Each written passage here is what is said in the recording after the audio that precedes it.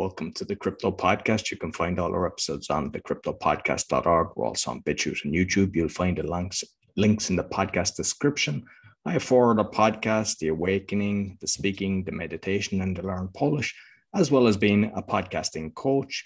And you can find all the episodes on roycollin.com. Today, my guest, please welcome Melissa De Silva. Hi. So I suppose I'm looking forward to this because I've looked at your art and everything, but I suppose you can just let the listeners know, who's Melissa? Oh, I am so many things. So I am an artist. I create tangible NFTs, but I also have a background in mental health. I own a mental health agency in Rhode Island. So I figured out how to take all my loves and kind of put them together. And I teach other people how to find what's aligned with their life and pursue that. So I do many things. Oh, excellent. I suppose before we get into the art and the NFTs, what's your kind of crypto journey? Oh, I know nothing about crypto. No, I'm just kidding.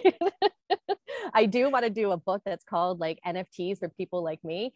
I'm really into the NFT space more than like the crypto world. But really moving to Puerto Rico, learning that like Puerto Rico is like the crypto haven. I met so many interesting people here and figuring out I'm an artist, I'm a traditional artist. How can I leverage what I do into this new platform?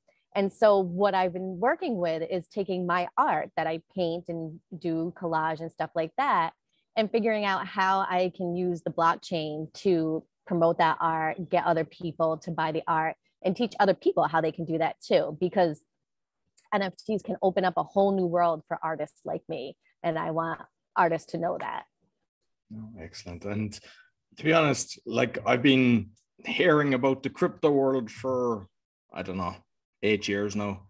And kind of never really, I just thought, and I bought a few and it's okay. Yeah. But the NFTs, I went, ooh, I get this. I like this. And I'm actually putting together, I've got artists on board and I'm putting together projects for that digital art, because I see there's different types of things. Because there's a lot of stupidity out there. There's a lot of, I don't call it art, but I've seen your stuff and I classify that as art. And thank you. I can understand why somebody would want to buy your NFT because it's actually beautiful. And I suppose, because there was a guy, Ted Bart, I think his name is. He does a type of painting where you're adding all like turpentine in with the paints, and then you're putting tar and all that, and and I think you kind of do something similar. Because is it alcohol or something? And I was like, yeah, that sounds good. I can lick your painting. Well, it's rubbing alcohol, so it's not as fun. But yeah, I create alcohol ink paintings, and I also use like multimedia, different collages. But yeah, with that, I'm figuring like the digital stuff, it's almost going to be like, garbage pail kid cards and, the things that have kind of come through, they're a fad.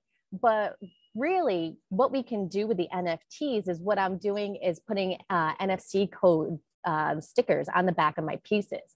And so this will allow you to keep the certificate of authenticity with your piece of art, which is an issue for traditional art. I mean, you can buy something big from somebody famous, but if you lose that piece of paper, it decreases the art significantly. And so having this code showing like exactly who owns it and, where you can find it, that's what's really going to change it for the tangible art world. And I think that's important for traditional artists to know, is like, we might not be using it the same way as digital artists are, but we can leverage it to use it for, what we do. And the other thing is that with NFTs, you can start, donating and having part of your proceeds go to causes and know where those are going, because it's out there in the open. It's on this public ledger.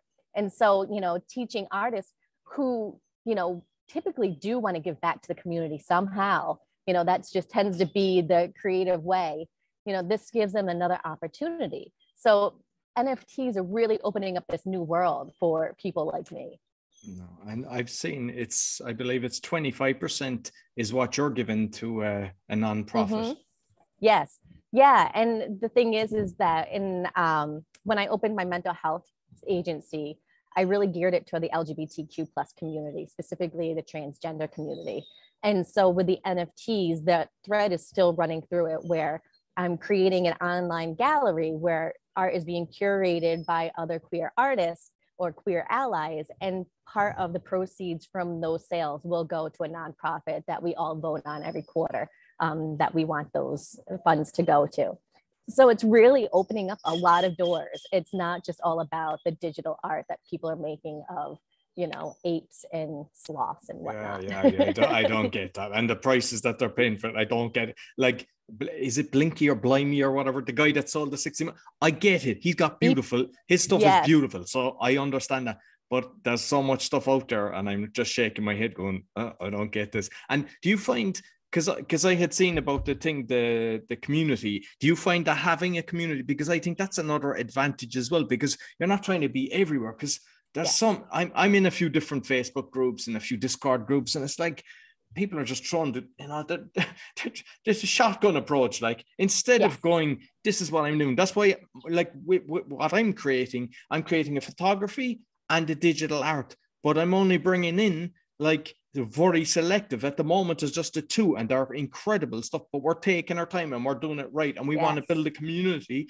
and we're having a kind of like museum then, so people can showcase their art, and then you can tour around it, and then you can resell it in our thing. Because of the royalty system, it makes it, it's kind of works that way. And just curious on your, do you have the royalties on yours? Because I couldn't see that on the thing. I know you're doing the 25% towards the charity. Yes. Yeah. So I'll do the 10%. I call it residuals. People tend to understand the residual thing. So I do the 10% on that. So I teach artists about that. Once they hear that, they're like, oh my God, this makes sense, right? Because people who like created masterpieces, they sell it usually after they're dead and never get anything from it. Yeah. So I'm really teaching people, like, you can make passive income from your art until the end of time. So so we're doing 10% royalties, and then, just continuing on with like promoting the community. The community is important, and knowing that, especially the queer space, it's very important that we feel connected and that we all understand, like, these are the struggles. And it's interesting that typically the queer community is more artistic than the general population, it seems like. And that's, a lot of people use it for coping strategies or creating reality that really suits them. And so I feel like my community is bigger than, the rest of the community, because I have so many creative people in my realm.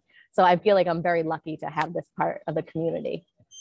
Excellent. And like, because I'm seeing, like, you can basically design this whatever way you want, because sometimes there's people that are creating art and they're doing 200 versions of it, which is grand as well, because it can keep the cost down, but not always. But your system is kind of like a one of one, plus you get the official art, and you're having the stamp. And then if that person resells it, they're not just selling the electronic version, they have to post get that physical piece too. And so it's in the part of the contract that it needs to be sent out within, a week, priority mail, mint condition. So that's the other part to it. So the people in the community have to agree to that part of the contract too. So they're not going to buy it unless they do. So I have a question for you. What if my house burns down and the actual art gets destroyed, but obviously I've got the digital version? Is there? Then I would say that, it decreases in value at that point, right? But it is possible that they can actually sell on the. Yeah. So that is, just like every other art, something could burn down. Right. And that piece could be gone forever. Exactly. Yeah. And I've heard that, because there's a friend of mine, like, he's in the art community, and he was like, there's a lot of people have the original piece, but that's away in a safe, and they put up a copy of it in their house, which it's a bit strange to do that. Like, Yes. Yeah. And that, and other companies are doing, like, you can purchase that tangible piece, but we'll warehouse it for you. And it just seems like, then what's the use of even having it? And it's just sitting in a warehouse. So art's supposed to be enjoyed not just by the owner in a dark warehouse, but everybody, and so that's what art means to me. It's like, I want to be able to purchase a piece of art, be able to hang it in my house, and lo and behold, maybe also have it on the metaverse, that would be great. So you could have it in virtual life as well as in real life. No, exactly. So with like, I know you talk about Web3 as well, yeah? Yes. So you might you might tell us a bit about Web3.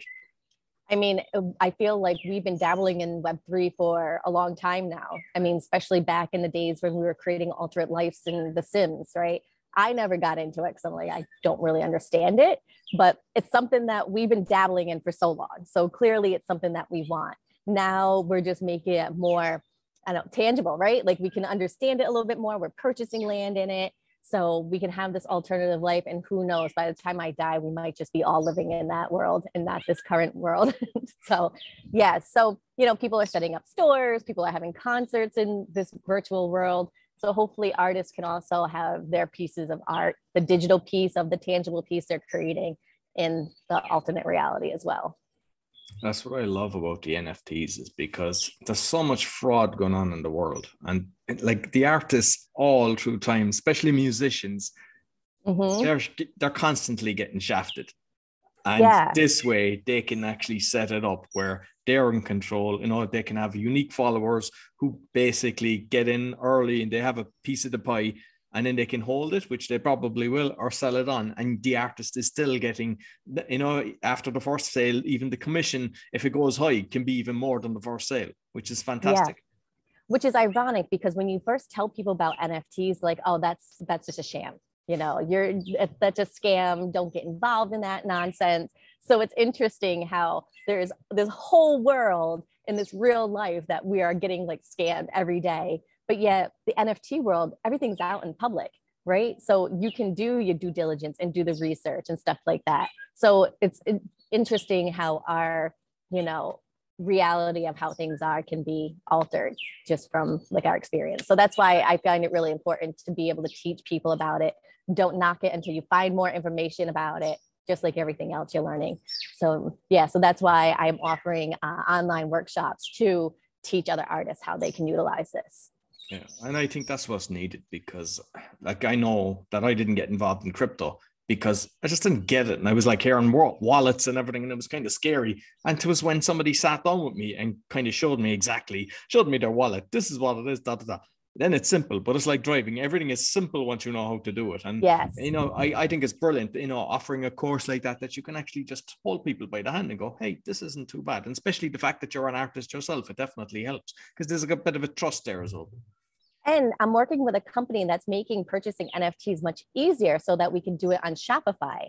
So they've created a program where you can go on there, you can look at the NFT, and you don't have to have a wallet at that moment and have to get your Bitcoin and then transfer it to something else.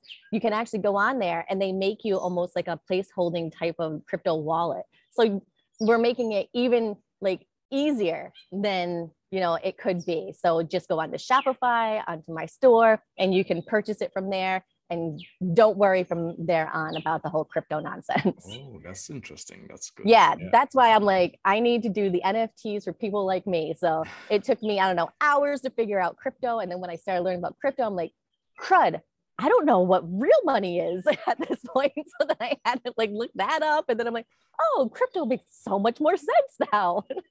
So it's like, I'm trying to make it as easy as possible for people to be able to access this as buying art, and also able to access it as utilizing it as a way to sell their art. And just curious, because I'm looking at the different kind of platforms for the NFTs. I know you're on OpenSea. I don't know. Are you on other ones as well, or have you just stuck to? No, just OpenSea right now. And then I'll have my NFT store through Shopify. So we'll use that as well. So I haven't really, merged out to any other platforms at this time. I know there's tons of them. Exactly, because one of the things that I had seen, and I double checked it, I'm not sure if you've heard it, that if they actually sell it, well, I mean, yours is kind of different. It's a unique system, because you're basically putting the code that, listen, this is art with the digital. So yours is kind of different. But sometimes, for example, the digital art, and you have the royalties built in at say 10%, they go on to somewhere else and they can avoid that, which is, I don't like that. I mean, at the end of the day, we want to protect the artists. Yes. Yeah, absolutely. And, there's always going to be a way for people to, circumvent stuff. But I think like just trying to keep it on OpenSea right now, the Shopify store, and just working from there. So just being able to keep an eye on that stuff. And, you know, people like myself, we tend to have a connection with the people who buy our art too, because it's like, it's a part of us, you know, we want it to know that it's going to a new home, that they're going to be enjoyed and stuff like that. So I feel like it's a little different than the 1 to 1,000 pieces where things can get lost in the shuffle. Exactly. And I think that's why the community, are you using, excuse me, Discord yourself? Because I see that's, I have a Discord. It's oh another my kind Lord. of social media. Well, it's a, yeah, it's I a have bamboozle. such a hard time to figuring that out. I remember when I first started, I was at a crypto event and I was like reaching out to people and nobody was responding. I'm like, I feel like the uncool kid at the uncool table right now. So really, I have it. I don't engage too much. There's another platform that I've been using more, Scurfy. It's kind of like Discord, but easier. It's like Discord and Twitter combined, I feel like. So I've been on there. I've made some good connections there, but then using Twitter too. I've met some great people on Spaces. So yeah, so it's just kind of reaching out to different areas, and then word of mouth, and then going to seminars too, just really connecting with people one-on-one. So keeping that human aspect to the digital world. Yeah, like, because I know that Twitter, you know, Twitter seems to be the thing that people are using for, you know, NFTs, which is kind of strange because Twitter kind of, like over the years, it was kind of the more negative was able to get the higher rating. And I just kind of, I post my podcast on it just because it's so easy pressing a button. But do I get engagement? No, but I'm finding there's a load of people. So now I'm looking, yeah, do I need to create, obviously not the same one because it's not kind of making sense. But the problem is, like, I must check out the one you've mentioned now, because the problem is, yeah, you have to do the Twitter, you have to do the Discord.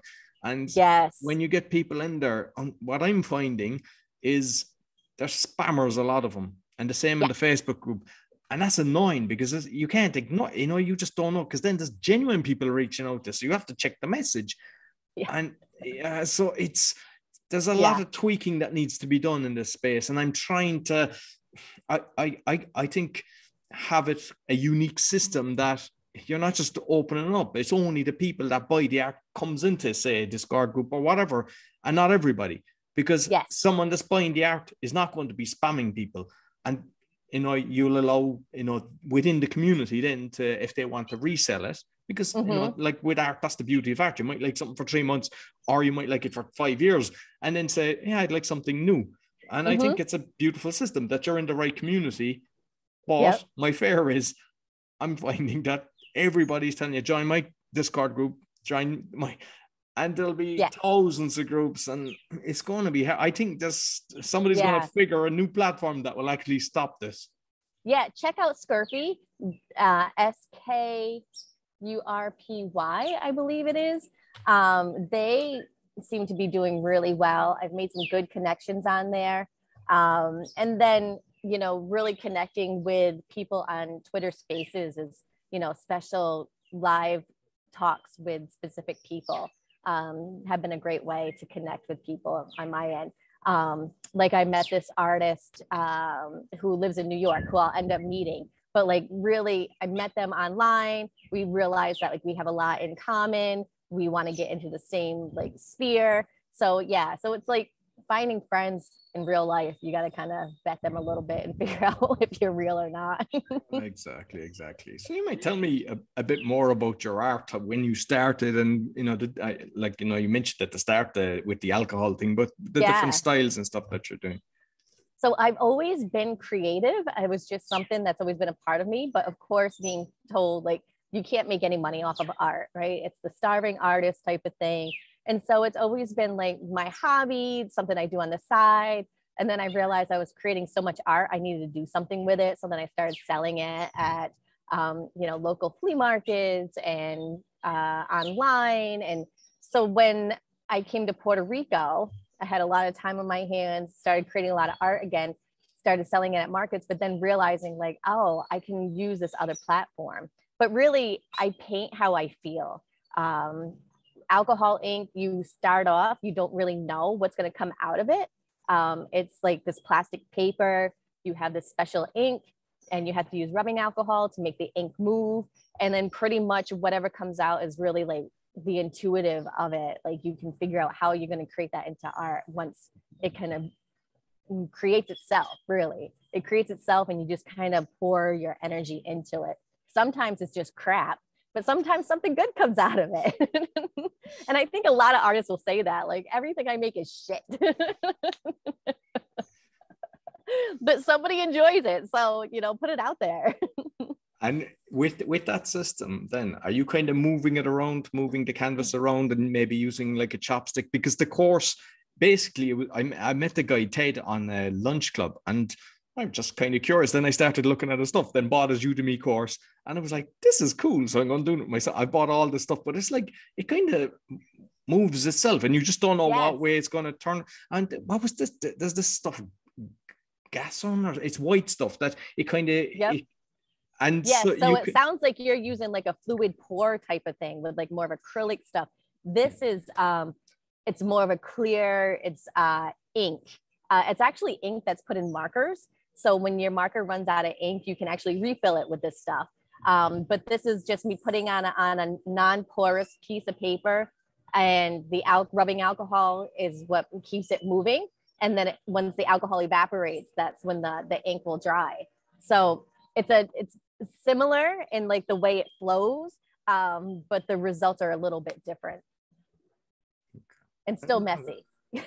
Yeah, well, I was thinking of that because I mean, I'm just starting. I bought all the stuff the other day, so we're going to do it tomorrow. My youngest child, he's 8, and I'm kind of looking forward to it because you don't know what way it's going to turn out. You know, yeah, you good just to get put, creative like, and just have fun. Yes.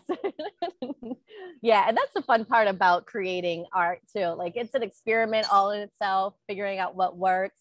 I found that sometimes I want to do some mixed media on it, so I'm really inspired by Frida Kahlo, so a lot of my work might have her influence in there. So hopefully I get to go visit her house in Mexico City sometime this year. But yeah, so it's usually inspired by how I'm feeling about, you know, her inspiration, and just kind of seeing what comes up on the paper and figuring out how I can put that out into the world and help the community. And do you do any canvas paintings? Yes. Yep. Sometimes I do canvas painting. I'm working on something right now that I saw in a meditation that I did. It's not coming out the same way that I saw it, but we'll see how it comes.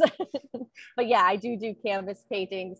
I recently sold a mixed media collage type of canvas painting with Frida and some butterflies on there. So yeah, and it's encased in resin.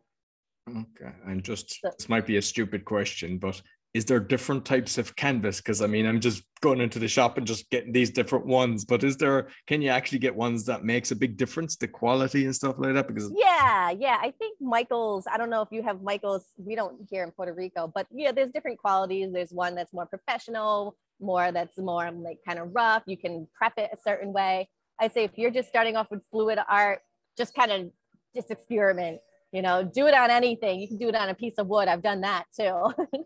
Okay. Yeah, just pieces of before I moved to Puerto Rico, I had a ton of just random pieces of wood hanging around my house. But yeah, you can do fluid art on that stuff and then put resin over it and it comes out beautifully. Excellent. And like with other social media, like, you know, Facebook and LinkedIn and all these different, are you using that as well to kind of build your awareness? Yeah. Although it feels like videos of my cat get more likes than the art. So I need to incorporate the cat into the art more, I think. Yeah, just have the cat next to as you're taking the picture. Yes, he's just got to photobomb everything. But yeah, I use LinkedIn, Instagram, Facebook, all of those. Yep. And Twitter. And Twitter's interesting. I feel like it's showing my age. Like, what is Twitter? It's just like you're shouting out into the world and hoping somebody hears it. But it seems to be where the NFT artists are. So That's where I'm at. Exactly. And you have a podcast as well, I believe, yeah? Yeah. So I'll be starting the second episode of Chit Chat with the Queer and Creative. And I interview members of the queer community and allies who are doing pretty creative and inspirational things. And it can be from running a business to creating art to their acting career. So yeah, and I used to have one called Pride Connections. And I recently was watching that documentary. Have you seen The Dropout with Anna? Was it Anna Del? No, Holmes, the one with the blood. You can find cancer with just one drop of blood. Yeah, so that was a big show that came out recently on Netflix about Elizabeth Holmes. And I was doing my art and I heard this voice, and one of the actresses on there was on my podcast a few years ago. And I was like, oh my goodness, this is awesome. Like, I know that they were going to be creative and amazing before, like, even the rest of the world knew it. So that's what I love about podcasts. You never know, what's going to connect you with the next person. Yeah, so, I love it. Yeah, it's fantastic. Yeah, and sometimes you never met the person before, and then you just have a conversation and you just click with them, and it's yes, it's amazing. And that's what happened with my podcast Chit Chat with a Queer Creative a year ago. I interviewed this woman, Kitty, and now we do this YouTube show that's now on public access in New York, about the next chapter of our lives, being older women, non-partnered, and what's it mean being a white and a Black woman who are in our 40s, living in this world. And so that just all came from an interview I did on my podcast with her. Excellent. And like my plan, because I'm starting to get into the podcast coaching, but obviously I'm working on the digital art, and it's like I'm using my platforms to basically let people know what I'm doing, because obviously it's a small percentage, but you're still reaching the people that get it and understand it. And I think it's the best form of, instead of getting into all these different groups, your own platform, that the people that are actually interested in what you're doing is probably the best one. Exactly. Yes. Yeah. And that's what the beauty of podcasting is. And here in Puerto Rico, there's so many podcasters too, mostly business podcasters, but it's great to be able to have like this community, of crypto people, entrepreneurs, podcasters. I'm living my dream here down in Puerto Rico. No, brilliant. Just finally, because I know we touched on the royalties, but is the royalties then tied to the nonprofit as well, or is that just separate? It just goes. No, that's just separate. So I haven't been able to figure out how to continue those royalties on with future purchases. Maybe that's something that will come up in the future. And this is still a new frontier for most of us.